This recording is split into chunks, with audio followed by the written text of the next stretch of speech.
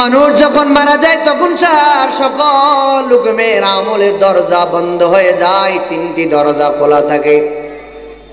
এক নাম্বার দরজা হলো ইল্লা মিন সাদাকাতিন জারিয়া।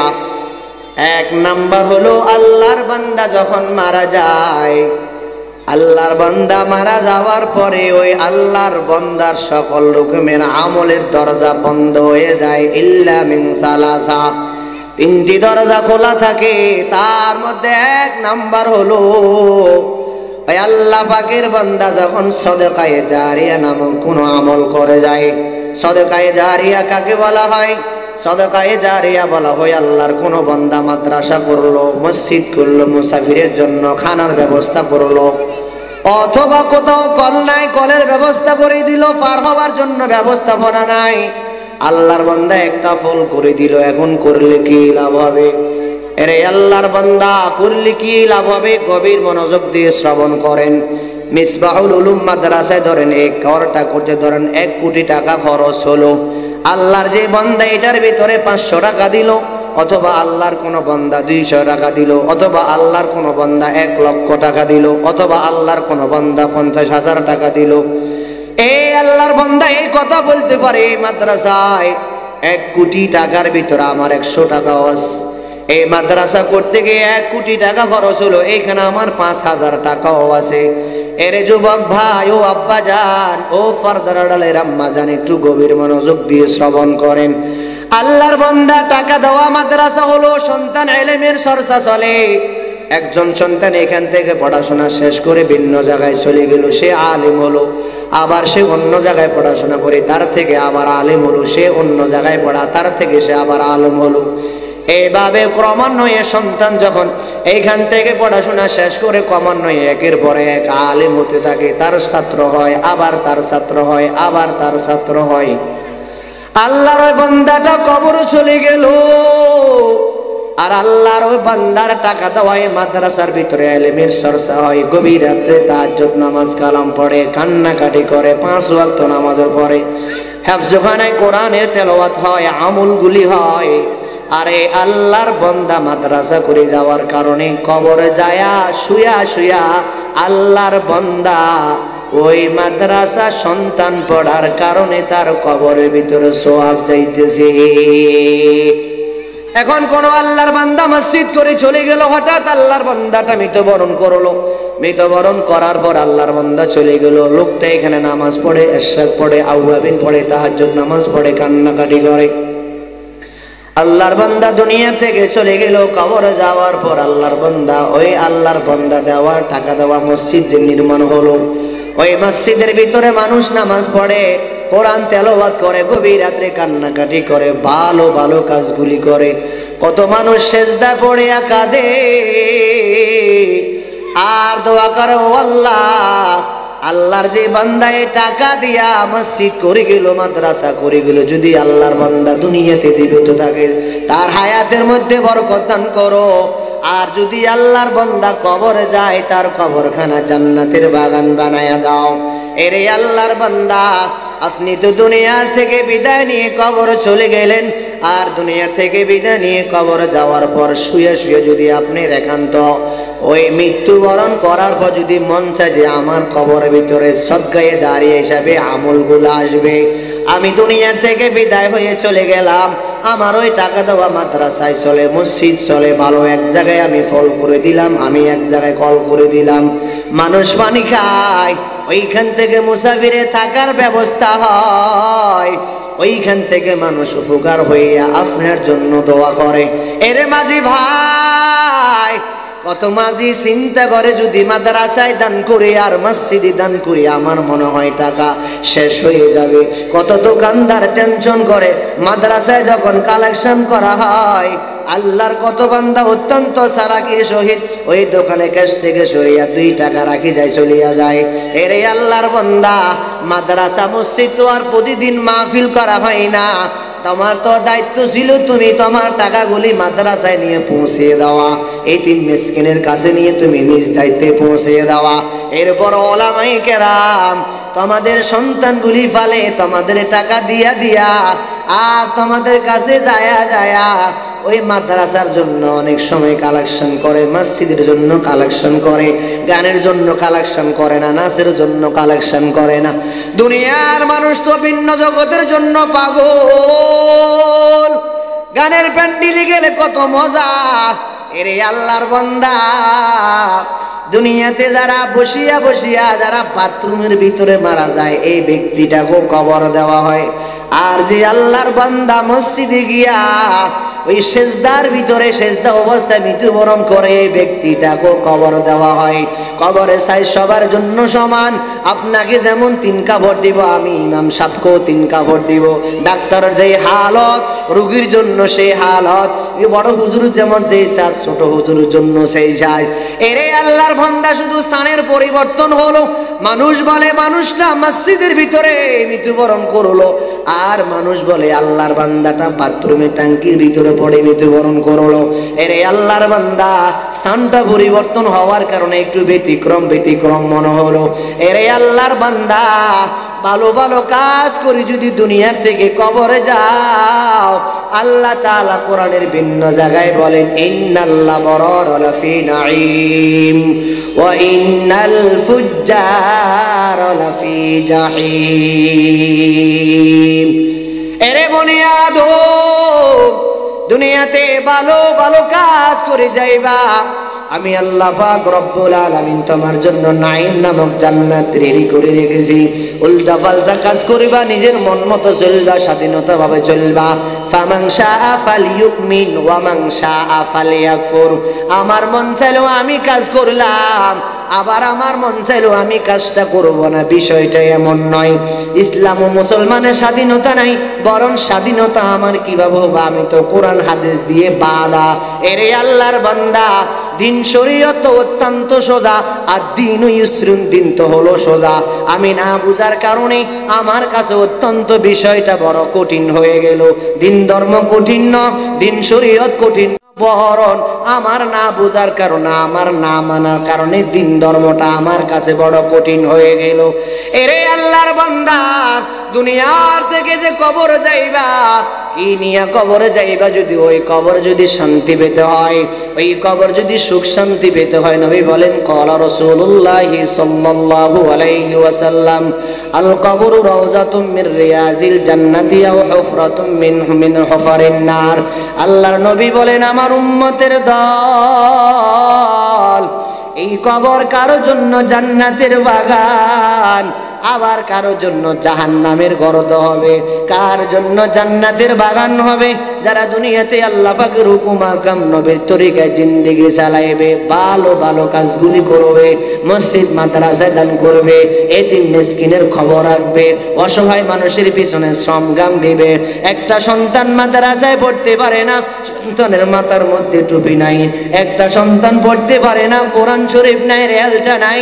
আমি একজন টাকাওয়ালা পয়সাওয়ালা হইয়া যদি ওই সন্তানের পিছু যদি সময় দিই, আল্লাহর দরবারে একদিন তো আমি বলতে পারবো, আল্লাহ, মিসবাহুল উলুম মাদ্রাসায় একজন অসহায় সন্তান মাথায় টুপি নাই, আমি একজন মাঝি হইয়া, দোকানদার হইয়া, কৃষি ভাই হইয়া ওই সন্তানের মাথার মধ্যে টুপি দিলাম। ও আল্লাহ, তুমি আমাকে ওই টুপির বিনিময়ে কি জান্নাত দিতে পারো না? আল্লাহ যদি বলে, বান্দা যা যা, আমি তোকে ওই টুপির কারণে আমি আল্লাহ পাক রব্বুল আলামিন তোকে ক্ষমা করে দিলাম। দুনিয়া থেকে যদি কবরে যাইয়া শান্তি যদি একান্ত তোমাকে পেতে হয়, দুনিয়াতে ভালো ভালো কাজ করে যেতে হবে, মন মতো কাজ করলে চলবে না। দুনিয়ার মানুষ রাস্তা দিয়ে চলতে হলে একটা সিস্টেম লাগে, এলোমেলো করা যাবে না।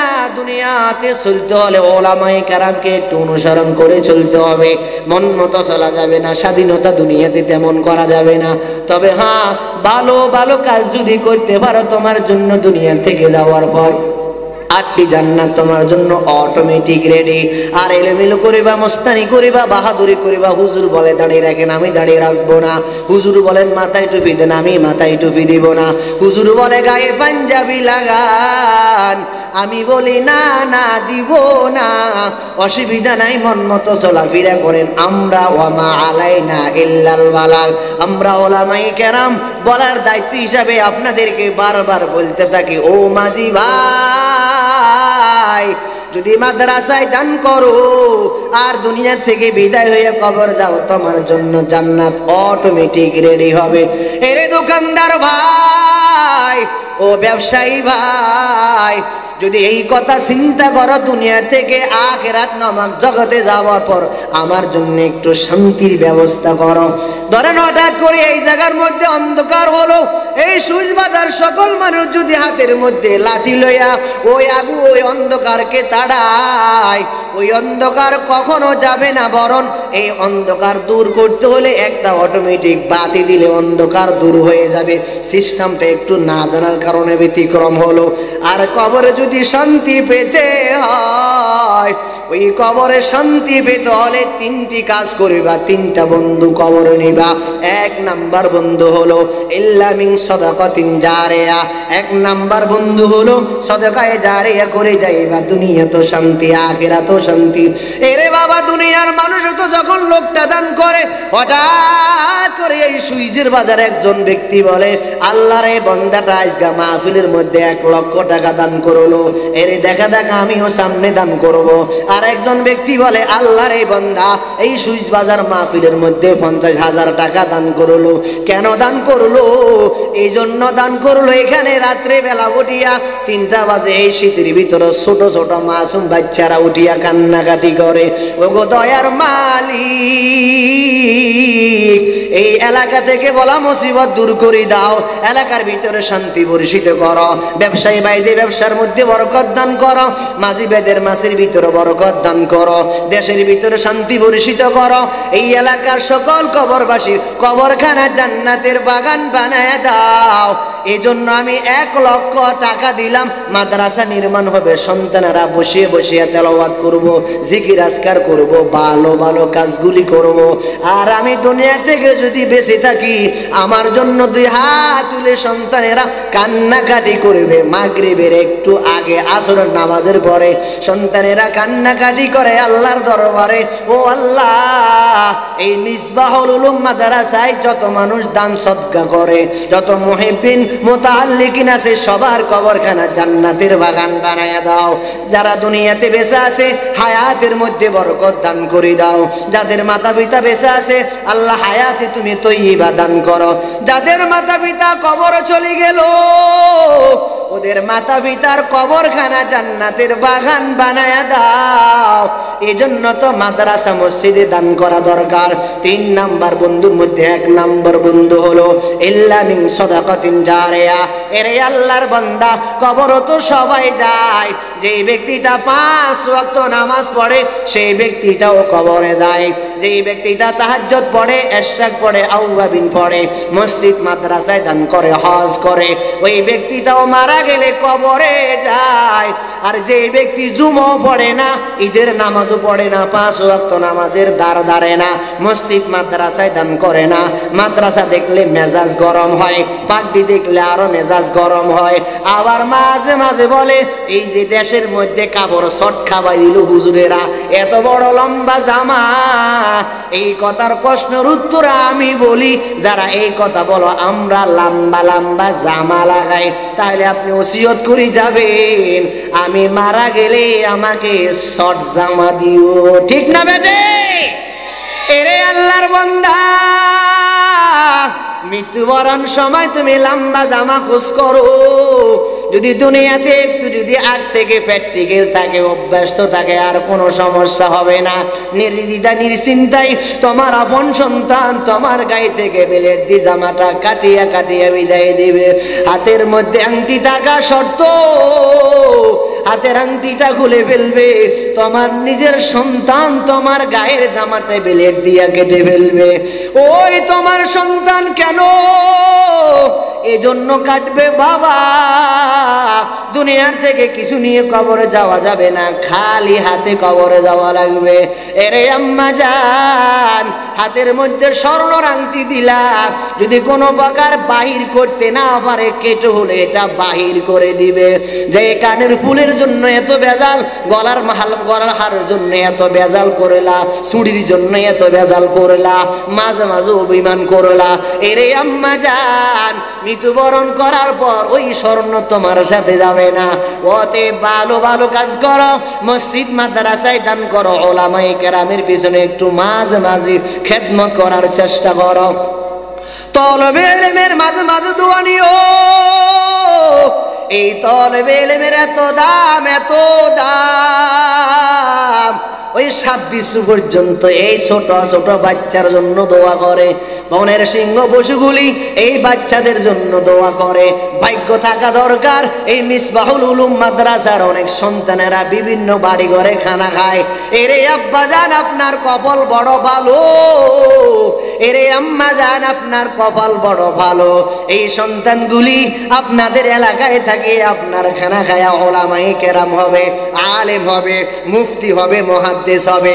আরেক মাদ্রাসা যায়া এবার এর থেকে আবার ছাত্র হবে, ওই আবার পড়িয়া ওর থেকে আবার ছাত্র হবে। ওই যে আপনার বাড়িতে খানা খায়া এই যে আলেম হলো, হাফেজ হলো, মুফতি হলো, মুহাদ্দিস হলো, মুফাসসির হলো, ওই সন্তান যত সন্তানকে আলেম হাফেজ হবে তার থেকে ছাত্র হবে। ওই ওখান থেকে কিছু অংশ আপনিও পাবেন। কেন পাবেন? এই যে মিসবাহুল উলুম মাদ্রাসায় পড়াকালীন আপনার বাড়িতে সন্তানটা খানা খেলো, আপনি অত্যন্ত মোহাব্বত করিয়া হুজুর হিসাবে জায়গা করে দিলেন। হিংসার নজরও দেখা যাবে না। যারা আজ হিংসা করে, কত দাড়িওয়ালা টুপিওয়ালা কত সুন্দর সুন্দর মানুষ মসজিদ দেখতে পারে না, মাদ্রাসায় দেখতে পারে না, টুপি দেখতে পারে না, পাঞ্জাবি দেখতে পারে না, দেখলে মেজাজ গরম হয়। আল্লাহ, এই জাতীয় মানুষের মেজাজ যাদের গরম হয়, ও আল্লাহ তুমি এদের মেজাজ ঠান্ডা করে দিও। চিল্লাই বলেন না আমিন। মা ইনদাকুম ইয়ানফাদু ওয়া মা ইনদাল্লাহি বাক।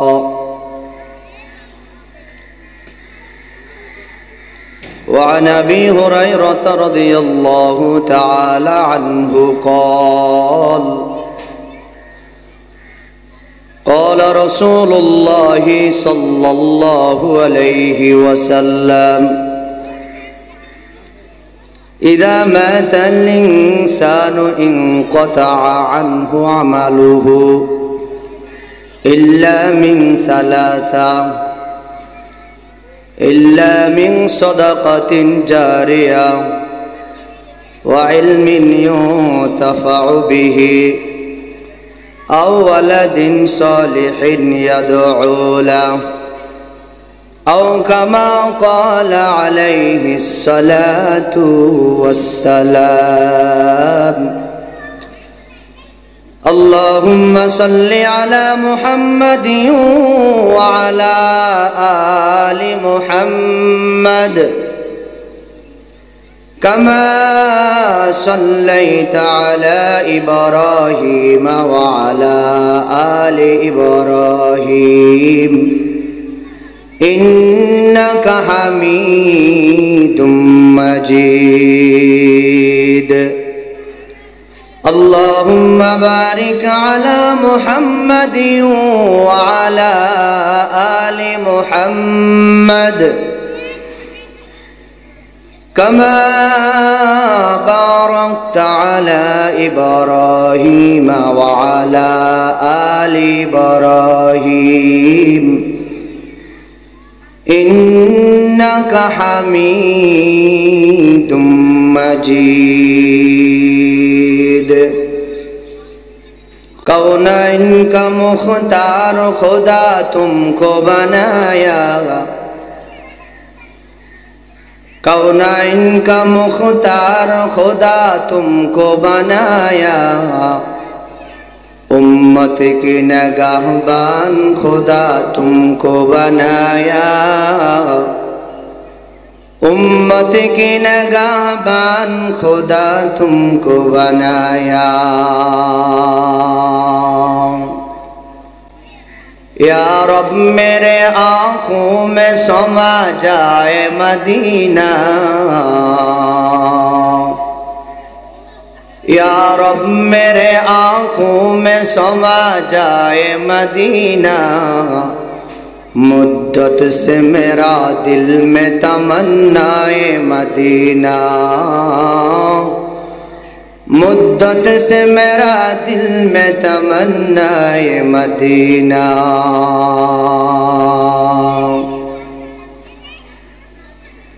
अल्हम्दुलिल्लाह मेसबाहुल उलूम মাদ্রাসা কর্তৃক আয়োজিত ওয়াজ ও দোয়ার মাহফিলের সম্মানিত শ্রদ্ধাভাজন সভাপতি, দিগার উলামায়ে কেরাম,